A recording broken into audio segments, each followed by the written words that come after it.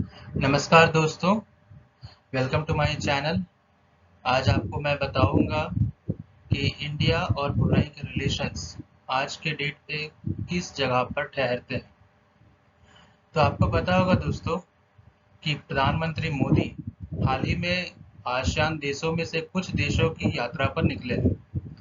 तो उनमें से एक देश जो अभी मोदी जी के द्वारा विजिट किया जा रहा है वो है ब्रुनेई।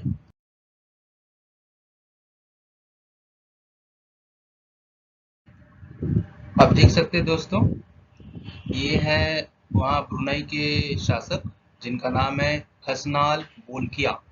ओके, नाम याद रखने की कोशिश कीजिएगा, हसनाल बोल्किया। फर्दर दोस्तों, आप देख सकते हैं कि ये है हमारा महान भारत। ठीक है, यहाँ से अगर हम लोग साउथ ईस्ट डायरेक्शन में इधर की ओर आते हैं तो ये आइलैंड पड़ता है हमारे पास। ये आइलैंड में आप देख सकते हैं कि तीन देश पड़ते हैं। एक तो इंडोनेशिया, ये यहाँ से लेकर के यहाँ तक। इसके ऊपर यहाँ पे ये पूरा जो रीजन है ना, ये मलेशिया का पड़ता है। और जस्ट इसके पास में ये छोटा सा जो ये रीजन है वो पड़ता है ब्रुनेई। आपको थोड़ा सा मैं जूम करके दिखा।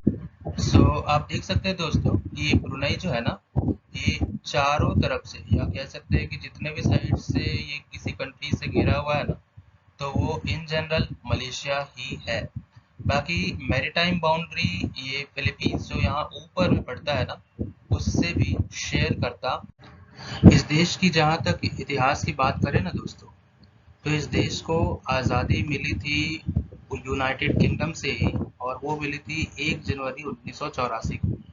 आपको बता दो दोस्तों कि इस देश को एक मौका मिला था। एक्चुअली इसे कहा गया था ना कि मलेशिया के साथ आकर के ज्वाइन हो जाए, लेकिन इस देश के जो शासक थे यानी जो सुल्तान थे ना, उन्होंने अपना डिसीजन लिया कि नहीं, उन्हें मलेशिया के साथ ज्वाइन नहीं करना है।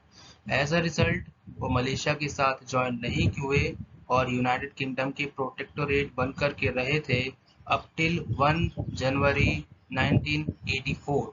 एंड दैट इज वाई 1 जनवरी 1984 के बाद, आफ्टर वेरी लॉन्ग टाइम, आखिरकार ब्रुनेई को आज़ादी दे दी गई थी।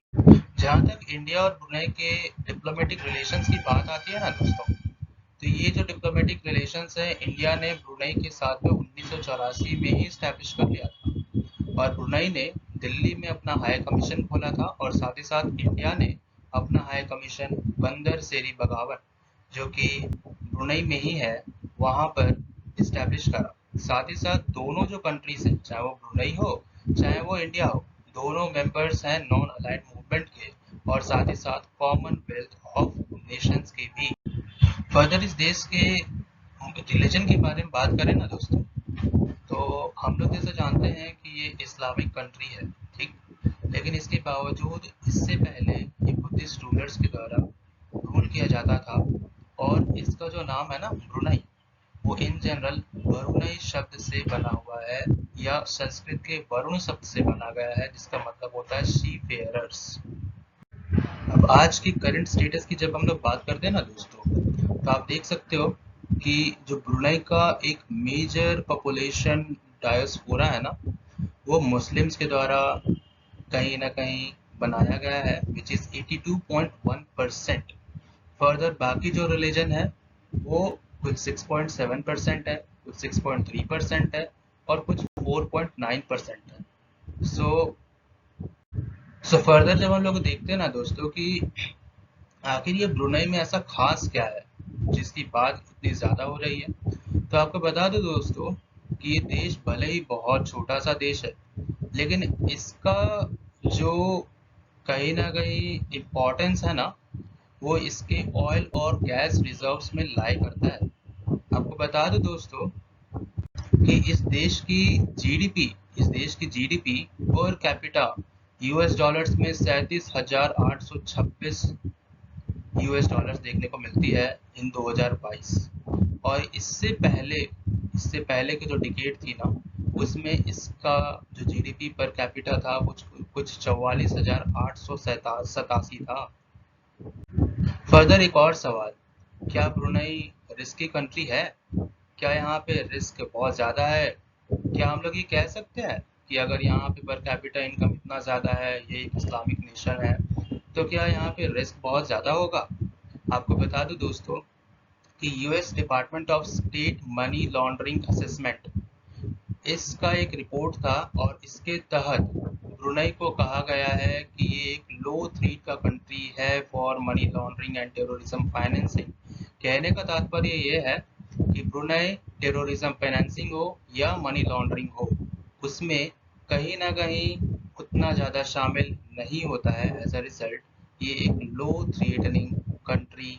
सो दोस्तों, कहीं ना कहीं देखा जाए तो क्योंकि ब्रुनई एक इम्पॉर्टेंट नेशन है ऑफ आसियान नेशंस, इसके साथ डिप्लोमेटिक रिलेशंस बनाना सच में भारत के लिए काफ़ी ज़्यादा अच्छा हो सकता है, और है भी, क्योंकि ब्रुनई एक ऐसा देश है ना जो भले ही इस्लामिक ऑर्गेनाइजेशन का एक मेंबर हो, फिर भी जब भी कभी भारत के ऊपर पाकिस्तान किसी प्रकार का इल्ज़ाम या फिर कंप्लेंट लगाता है ना, तो ब्रुनई हमेशा ही भारत का साथ देता है या फिर सपोर्ट करता है। तो ये थोड़ा सा एक वीडियो था दोस्तों, एक ब्रीफिंग थी अबाउट ब्रुनई एंड इंडिया के रिलेशंस के बारे में, साथ ही साथ ब्रुनई कहाँ पे लाई करता है और इसका ज्योग्राफी कैसा है उसके बारे में। इस वीडियो में बस इतना ही दोस्तों। आशा है आपको वीडियो, अगर आपने इतना दूर तक देखा है तो आपको पसंद आया होगा। लाइक करें, शेयर करें, सब्सक्राइब करें और कमेंट ज़रूर लिखें, ताकि मुझे भी पता चले कि वीडियोज़ में कहाँ कुछ कमी रह जा रही है।